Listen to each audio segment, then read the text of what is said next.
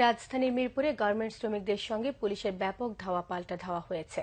বিক্ষুব্ধ শ্রমিকরা বেতন ভাতার দাবিতে রাস্তা অবরোধ করে ভাঙচুর করেছে যানবাহন। পুলিশের ছোড়া টিয়ারশেল এবং রাবার বুলেটে আহত হয়েছে কয়েকজন শ্রমিক। আটক করা হয়েছে বেশ কয়েকজনকে। বেতন ভাতার দাবিতে সোমবার সকাল 7:30টায় রাস্তায় নেমে আসে রেজাউল অ্যাপারেলসের শ্রমিকরা। হাজারখানেক শ্রমিক সনি সিনেমা হলের পাশে চিড়িয়াখানার রাস্তা অবরোধ করে রাখে। শ্রমিকদের ছত্রভঙ্গ করতে টিয়ারশেল ছুড়ে পুলিশ। দফায় দফায় চলতে থাকে শ্রমিক পুলিশ সংঘর্ষ।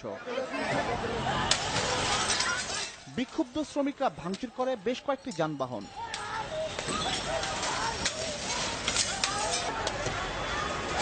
শ্রমিকদের অভিযোগ, বকেয়া বেতন ভাতা না মিটিয়ে গার্মেন্টসটি স্থানান্তরিত করা হয়েছে গাজীপুরে।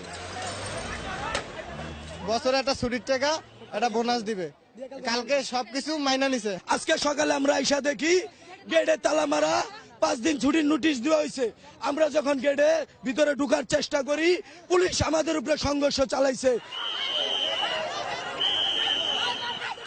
আটক করা হয় কয়েকজন শ্রমিককে। এই কাম কেন করলো আমাদের এমপি স্যার? কালকে তো আমার 3-4 ঘন্টা মিটিং হয়েছে। একজনের গুলি করতে পারে, একজনের গুলি করতে পেরে, সে মেডিকেলে। তবে পুলিশ এর সত্যতা অস্বীকার করেছে।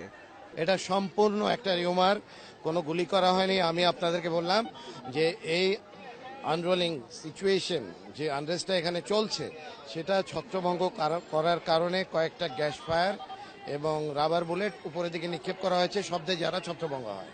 প্রশাসনের আশ্বাসে অবরোধ তুলে নেয় শ্রমিকরা।